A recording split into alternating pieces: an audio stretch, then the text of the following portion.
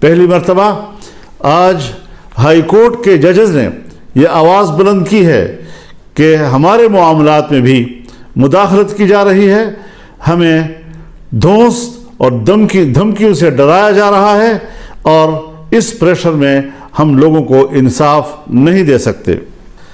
ہمیں عوام کی طرف جانا ہوگا، عوام کو اعتماد میں لینا ہوگا تاکہ وہ متحد ہو سکے، ان کی صفوں میں وحدت آ سکے۔